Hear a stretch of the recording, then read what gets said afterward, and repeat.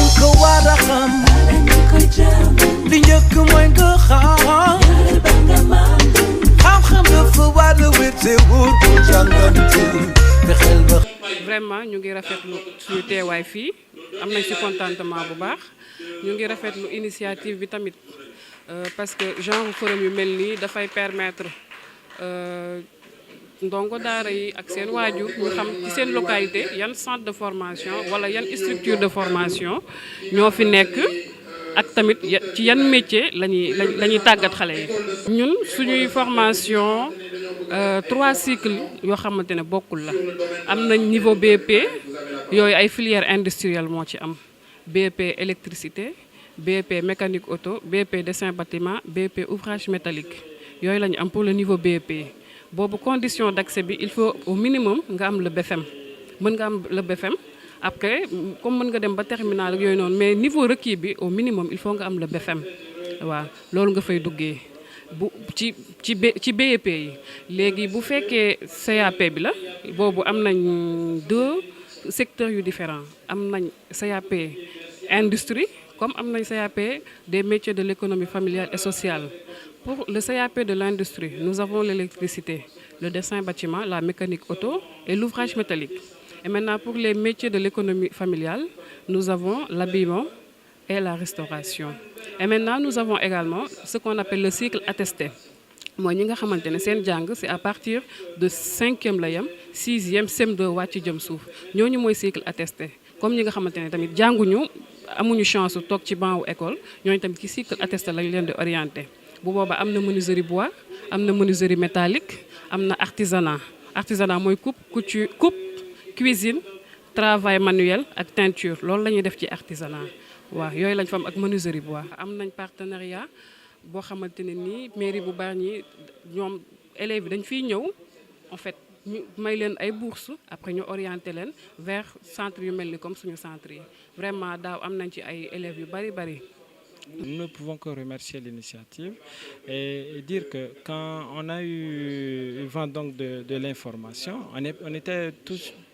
de suite preneurs parce que ça ne se fait pas et on ne peut que louer une telle initiative. Et comme je disais tout à l'heure, quand il pleut comme ça, chez nous, quand il pleut, c'est une bénédiction. Donc on remercie Dieu d'avoir béni donc la rencontre, que la collaboration entre l'école de professionnels de santé et la commune de Bargny soit donc une collaboration fructueuse dans le bien donc du développement de la commune de Bargny. teel a dugg ci formation métier teel a am métier parce que xam nga boo amee sa métier mën nga nekk dans l'auto-emploi ñu ngi wax léegi employabilité donc soo amee sa métier suñu la jëlee nga liggéey suñu la jëlul aussi nga liggéey te yàlla def na ne fi mu nekk nii donc ñu ngi jëm vers les métiers donc du pétrole vers les métiers du gaz Diamniadio jege nañu donc nekk benn zone industrielle pour suba donc lu ñu si gën teel a dugg rek mu gën si ñun et que en ce moment nit ki mën na duggee niveau BFM am métier am di daal di progresser ba dem fi mu gën a sori donc di si tedd di si am lu muy jàppale waajuram di si def sa vie. moom partenariat bi moom suñu ko selee donc amul benn problème loo xam ne war nañ ko si mën def pour respecter ko dinañu si dem donc moo xam ne parce que am na yeneen maire yu koy def am na yeneen organisme financier yu koy def jëlal ko ay élèves jëlal ko donc ay étudiants ñu daal di ñëw ci école bi li ñu waroon fay ñoom ñu jël une partie fay ko léegi itam ñu xool nan la ñu ciy accompagner loolu moom def naa war na mën a nekk quoi. forum bi nag lu am solo la pour ñun parce que ñun dañ di école formation boo xam ne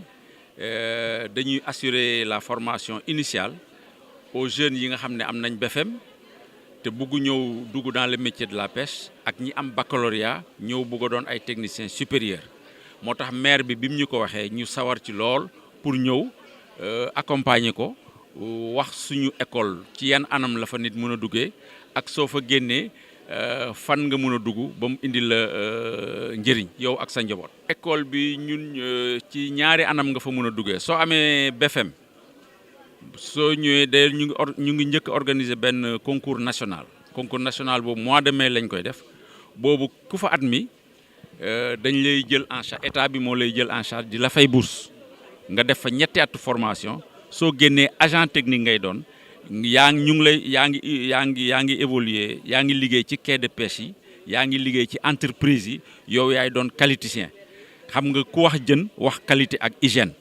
te suñ école ñi fa génnee ñoom rek la état bi may ñuy wax lan mooy qualité poisson bi ak hygiène bi. mairie bu Bargny bon ñun parce que xëy na daaw ñëw nañ fi mais ren vraiment maa ngi ci doon waxtaan ak maire bi léegi ñun pare nañu pour accompagner ko ci ambition bi mu am ngir jeune Bargny am formation de qualité waaw niñ koy accompagner nag moom moo ñuy wax besoin ñun ñu xool place yi nga xam ne disponible te vraiment ñu may ko foofu ay place ñi nga xam ne am nañ brevet wala am nañ baccalauréat te bëgguñ ñu former leen maire bi suñu waxee nangam la ñun ñu seet yan modalité la ñuy def pour ñooñu ñu mun leen indi ñu jàngee foofu parce que maire bi ku jar a jàppale la waaw parce que wax dëgg yàlla fii ci Bargny moom gis na avenir u Bargny parce que avenir u Bargny du tey ci ëllëg la at yi di ñëw Bargny dina doon un pôle industriel donc lii mu def nii former ces jeunes là ñu teel a am qualification professionnelle vraiment am na solo. xarañ ci métier bi nga taamu it ma dafa yombul te bu ñu xamul tuus woote lu ñu nekkul ci muti ba sànkaale ñi leen def waay tey dama ñëw ci forum bi pour xool école de formation yi bourse yi ñuy maye demi bourse ak métier portuaire yi aussi parce que gis naa ni c'est quelque chose bu nga xamante ne ni c'est très intéressante parce que nekk na loo xamante ne ni opportunité la pour la jeunesse ñu am benn métier bi s'orienter dans quelque chose mu andi leen njariñ daal ëllëg. Bah, je pense que c'est une bonne initiative parce que bu dee da nga nekk ci benn commune bu mel ni Bargny sachant que jeunesse bi moom voilà nekk na jeunesse bu ambitieux ñu bëri dañuy jàng aussi te bëgg nañ ëllëg am quelque chose donc c'est une bonne chose ñu ñëw xool lan moo fi am pour que ñu mën a spécialiser wu dans benn domaine bu leen neex aussi mën a am liggéey bu leen neex quoi arranger leen. am naa satisfaction bu rëy parce que dans toutes les écoles am na santé technique école bu la neex gestion ressources marketing affaire yooyu noonu yaay xool parce que c'est une bonne chose parce que andi nañ fi école yu nga xamante ne nii c'est reconnu par l'État da ngay ñëw jàng nga am diplôme yoo nga xamante ne nii valable na faut que yóbbu aussi di nga fa gis sa bopp voilà. forum bi moom dañ ciy kontaan rek parce que ba ñu ñëwee ci lycée bi loolu lañ njëkk a wax suñu slogan mooy le lycée de Bargny au cœur de la compétence on xoolee suñu label loolu la pourquoi parce que Bargny dafa am ay enjeux tey jii avec l'avènement de Diamniadio tey jii Bargny dafa nekk un point stratégique moo tax xale yi dañoo war a jàng suñu jàngee am compétence mën a ëllëg taxaw bokk ci ñi ñuy jël ñi parce que loolooy tax suñu amee xam-xam bu mat sëkk ñu mën a positionné wu. loo tax yu mel nii ay forum yi lu baax la ci yee xale yi wan leen ne y a des perspectives pour Bargny su ko defee ñu jàng bu baax mun a nekk ëllëg bokk ci décideurs yi sinon suñu jàng ñeneen rek ñooy ñëw jël seen place. tey jii suñu jàngee war nu mu waree balaa ñoo jël kenn ñoom la ñuy jël actuellement tey nous sommes dans ce monde là l'élève doit être formé loo tax tey jii formation professionnelle c'est au cœur même du développement donc dañ koy associer looloo tax suñu yenn élèves yi suñu amee bac wala yenn ñaan wala ñu am yenn niveau yi dañ leen di ñaan ñu dem ci yenn école pour mën a am formation mën a yore ëllëg seen bopp. forum bi nga xamante ne aussi moom la maire bi di organiser chaque année nekk na la nga xamante ne li ci xale yi lu baax ci xale yi mais seulement man waxoon naa benn réflexion moo di ne bu fekkente ne xale yi dañu inscrit dans des écoles ñu dem ci écoles yi bu année scolaire bu jeexee war nañoo retourner vers le comité pour rendre leen compte ci li nga xamante ne moom la ñu def foofu de sorte que aussi bu fekkee ne am na ñu insérer ñu xam bu fekkee ne amul ñu insérer ñu xam ndax forum aussi organiser forum comme ça rek les enfants sont là les élèves sont là aussi di ko def chaque année te aussi gisuloo ci benn résultat loolu bu baaxul man dama bëgg chaque année bu année bi laata ñëw ñu def un compte rendu ba nga xamante ne bii bu ñëpp xam ne kat tant de personnes ont été insérées dans les entreprises, tant de personnes ñoo ngi def stage, ainsi de suite, ainsi de suite. Parce que là c'est pour les jeunes et ça renforce aussi les jeunes de venir participer au forum. Dans l'initiative du maire, vraiment c'est une très bonne initiative. Il faut faire participer la jeunesse et vraiment la jeunesse est là, mais nag il faudrait qu'il y ait des résultats. Les résultats nag yi nga xam te ne moom la ñu escompté foofu aussi il faut que ñu xam ko nit ñi xam ko bu ëllëgee bu ñu wootee lu mel ni ñëpp mën a xëccoo pour participer ci man loolu laa daal mooy sama avis. xale avenir am mooy mu am métier mais xale bu amul métier baaxul ndax boo jàngee supposé nga jàng ba am sa BFM amuloo benn insertion nga war a dem jàngi métier dans les centres de formation loolu mooy li nga xam te ne lii moom lu ñu ko bëgg mais nag jàng rek dem te amuloo métier aussi baaxul. macha allah lu dul kontaan si di si bëgg di remercier monsieur le maire ak équipe bi mu àndal ndax lii vraiment Bargny gépp ñoo si kontaan ndax ñun ñëpp bu ñu sañoon suñuy doom jàngi doole yemul moyen amul bon lii bu ñu ko indee defal ñu ko ñun waa Bargny ñun ñii la ñu ko defal ñun yaay yi macha allah ñu invité ñu si ñun bàjjeni gox yi ñun ñëpp ñu ñëw teew fi di si kontaan vraiment di remercier monsieur le maire ndax ñun ñëpp ñu ngi toogoon pour suñuy doom jàngi amuñu moyen war a inscrire war a fay par weer bon boo ñëwee sa maire defal la lii doo am lu dul gërëm ka ñaanal ka di ka ñaanal yàlla Abou Seck yàlla na fi yàgg li mu mébét si Bargny gi lépp gis nañ ko fan yii passé bokkoon naa si ñi doon recruter tailleur yi ak coiffeuse yi macha allah képp kuy tailleur si Bargny recruter nañ la kuy coiffeuse si Bargny recruter nañ la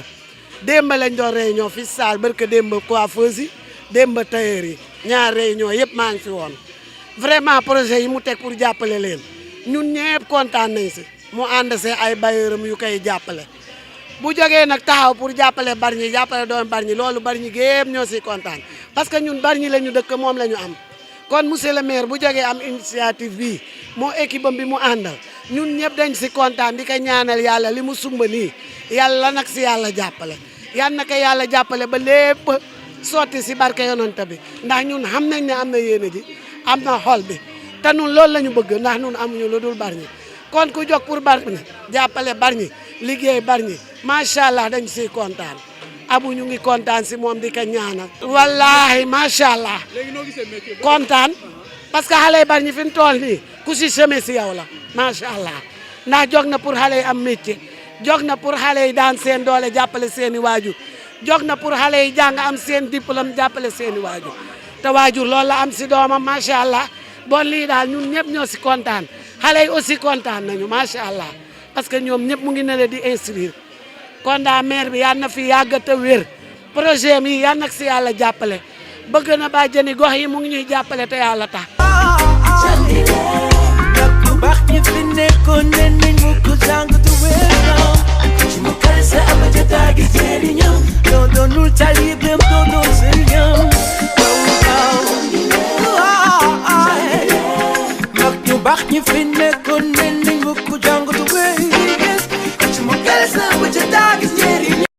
jamono bi ñuy taxaw di wax nii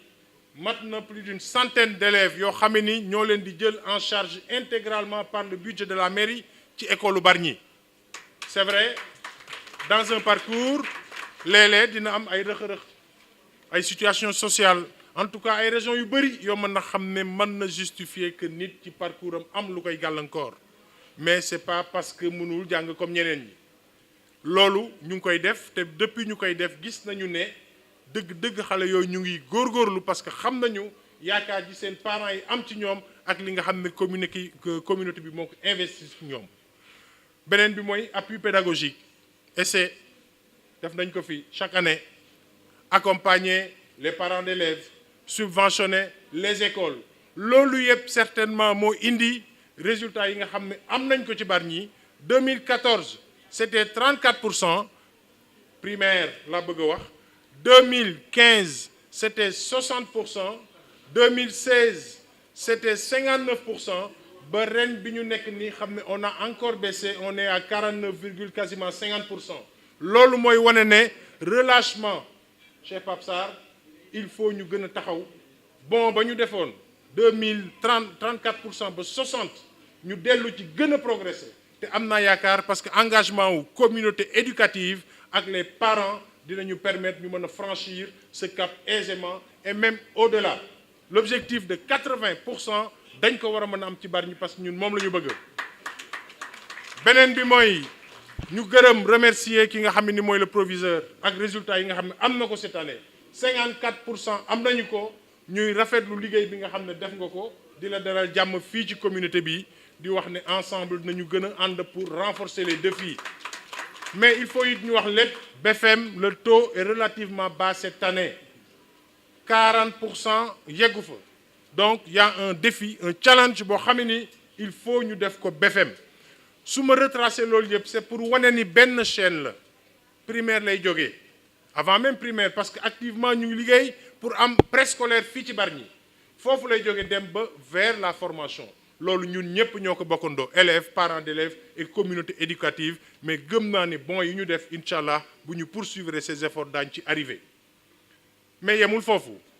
c'est vrai il faut ñu jàngal xale yi pour leur épanouissement personnel développement individuel personnel mais aussi il faut que loolu mën a am njariñ ci ñoom am njariñ ci seen ay parents loolu mooy circuit formation ak orientation pour mën a génne avec un bon diplôme nekk soit prêt devant le marché de l'emploi qui est très exigeant tey jii loolu moo waral ñu woo ñépp ñi nga xam ne teew nañ fi tey muy directeur d'école may dellu di leen gërëm di leen remercier di wax ne présentation yi leer na stand yi ñu ngi fi maison de l'innovation et de l'entreprise mi ngi fi tey dañu ko marqué rek tout simplement mais information yi ñu ngi fii c'est un travail sur toute l'année école yi fi nekk yépp ak même au-delà ku bëgg renseignement ku bëgg information maison de l'entreprise mi ngi fii pour ñu gën a leeral li nga xam ne les directeurs d'école wax nañ ko fi de manière succincte bëggoon a wax ni sur cette action aussi maison bi ñu ko sampee ba léegi maison de l'innovation et de l'entreprise moom moo ŋànk forum bi formation et employabilité effectivement résultats yi ñu am daaw am na lu ñu ci wax mais mieux même ñu ngi en dehors des élèves des demandeurs d'emploi ñu ngi accompagner aussi les acteurs économiques yi nga xam ne dañoo am ay entreprises te soreeguñu noonu wala amuñu jumtukaay yu jamonoy tey pour mën a développer seen entreprise formation yi fii la chaque benn yoon par weer les jeudis de l'économie lañ ko tuddee je pense chaque weer dinañu amal formation des artisans des menuisiers et cetera képp ka nga xam ni soxla nga ay jumtukaay pour mën a développer sa entreprise parce que il faut ñu xam ko nag jamonoy tey dafa am ñu mu laaj informatique ku bëgg ëllëg sa entreprise donc il faut nga dugg ci ak yu ni mel ak yu ni mel ak yu ni mel formation yooyu pour ñooñu la yemuñu ci formation yi crédit municipal bi ñu teg bi nga xam ne tey jii en cours de crédit bi mat na 100 millions yoo xam ne mi ngi ci ay doomu Bargny yoo xam ne dañ leen ko lebal ñuy liggéey fay bi rafet na lool loolu bu ñu ko wàññee mat na plus de 50 GIE et plus de 200 et quelques prêts individuels loolu yëpp c'est dans la politique pour que l'emploi soit une réalité pour lutter contre la pauvreté et pour l'épanouissement des populations de Bargny fi may jeexale mooy présentation yi fi def yëpp am na solo lool maa ngi tàmbalee ci li nga xam ni mooy suñu secteur économique bi gën a am solo muy la pêche di remercier docteur Tening Sène ci teewaayam jàpp naa ne matal nga bu baax comprendre naa ko parce que dafa nekkoon ci ay yeneen yitte mais li am solo rek mooy li nga ma wax sànq jusqu'au 22 c'est ouvert et il y a des places disponibles jërëjëf ci loolu les services dinañu def liggéey bi c'est vrai kii mooy école de référence bi inspecteur de pêche yi nekk Sénégal yëpp fii lañu leen di former pêche mooy suñu premier secteur économique yàlla def amoon nañu savoir-faire amoon nañu ay gaal eh bien am nañu maintenant un quai de pêche ba nga xam ne yàkkamti nañ loolu mu ubbi ministère moo war a réceptionner def concession à la mairie def sous concession au GIE interprofessionnel bi ñu teg mais ñu ngi xaar réception bi nga xam ne ni moom la ministère war a def ak concession bi ñuy jox à partir de là la ñuy mën a def ñun la sous concession donc dafa mel ni secteur u pêche day gën a am doole parce que infrastructure bi yegsi na donc Bargny a plus que besoin de renforcer sa présence dans ce secteur et école bi c'est l'école de référence beneen bi mooy oui artisanat également bokk na ci li nga xam ne nii ci suñu ay premier secteur économique la démb fii nii parce qu'il y a un programme de financement des artisans, notamment les coiffeurs et les tailleurs. Il y avait plus de 150 tailleurs démb fii ci complexe bi parce que dañ leen bëgg a former am benn programme en rapport avec le crédit municipal pour ñu jox leen ay machines ak ay jumtukaay ñu mën a liggéey. ñooñu c'est un secteur ba nga xam ne day gën a développé wu parce que ku wax développement immobilier comme pôle urbain wax nga ne bâtiment day jëm kanam ñooñu am nañu fii ay formation yoo xam ne ni muy continu ou bien muy initial yoo xam ne il faut ñu gën leen ci gunge ñu dugg ci. Je ne parle pas des coiffeurs avec des écoles yoo xam ne ay doomu Bargny yor nañ ko fii ci Sénégal ak yu ni mel ébénisterie yépp yi nga xam ne dafa nekk ci secteur artisanat